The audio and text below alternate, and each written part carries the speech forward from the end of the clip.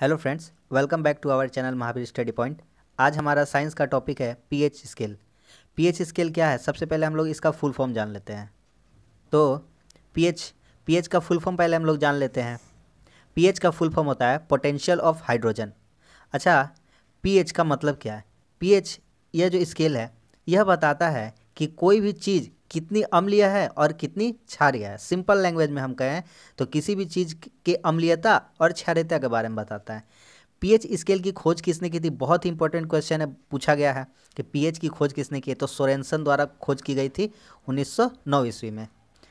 अच्छा, अगर पीएच का मान घटता है तो H प्लस बढ़ेगा और पीएच का मान बढ़ेगा तो H प्लस घटेगा। क्या बताते हैं? ध्यान से समझिए।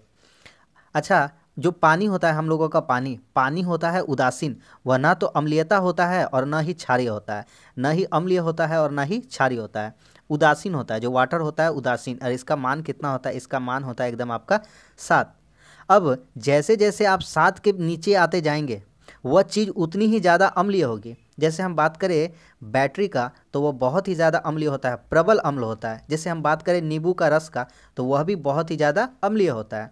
जैसे हम बात करें क्षारीय का तो अगर हम टूथपेस्ट देख लेते हैं तो वह क्या होता है? क्षारीय होता है।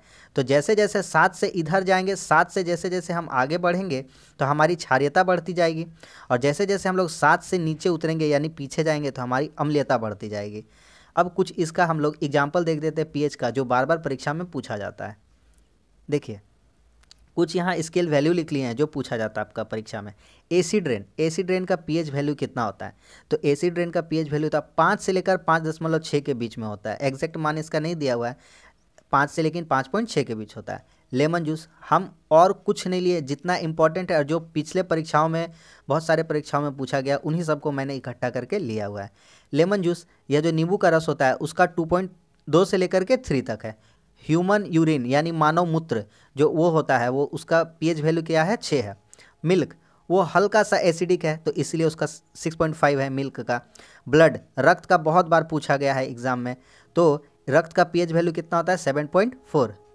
देखिए, ब्लड का पूछा जाता है रक्त का तो 7.4। टीथ बहुत ही ज़्यादा इंपॉर्टेंट है, ध्यान से समझिए क्यों इंपॉर्टेंट है। जो दांत का होता है 5.5 होता है, और पूछा जाता है दांत का क्षय कब होने लगता है? जब दांत क्षय मतलब यानी टूटना, कमज़ोर होना।